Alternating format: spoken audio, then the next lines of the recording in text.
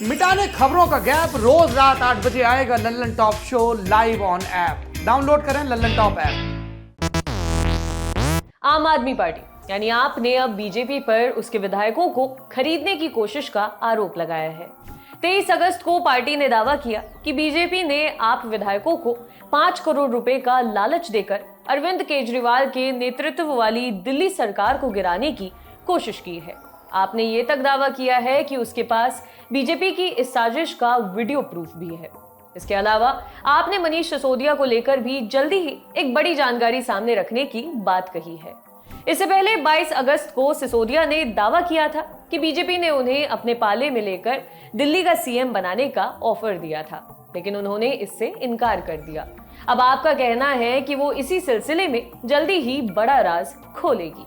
NDTV की report के मुताबिक मंगलवार को आप नेता और विधायक सौरभ भारद्वाज ने कहा, हमारे विधायकों को 5 करोड़ रुपए का ऑफर दिया गया था। हमने सरकार गिराने के बीजेपी की इस कोशिश को नाकाम कर दिया। इसके बाद सौरभ ने कहा कि उनकी पार्टी के पास वीडियो के तौर पर इसका सबूत भी है कि कैसे बीजेपी ने उनके विधायकों को खरीदने की कोशिश की। उन्होंने कहा कि ये वीडियो बीजेपी के ऑपरेशन लोटस का सबूत है। ऑपरेशन लोटस विपक्षी दलों द्वारा बीजेपी के लिए इस्तेमाल किया जाने वाला एक टर्म है। उनका आरोप रहता है कि इसी साजिश के तहत बीजेपी विपक्ष की सरकारों को गिराने के लिए विपक्षी दलों के विधायकों को खरीदने का काम करती है। सौरभ भारद्वाज ने इसी का जिक्र करते हुए कहा है, जैसे ही वोटर्स चुनाव में किसी दूसरी पार्टी को चुनते हैं, बीजेपी उसके खिलाफ साजिश करना शुरू कर देती है। इस प्लान को ऑपरेशन लोटस कहा जाता है।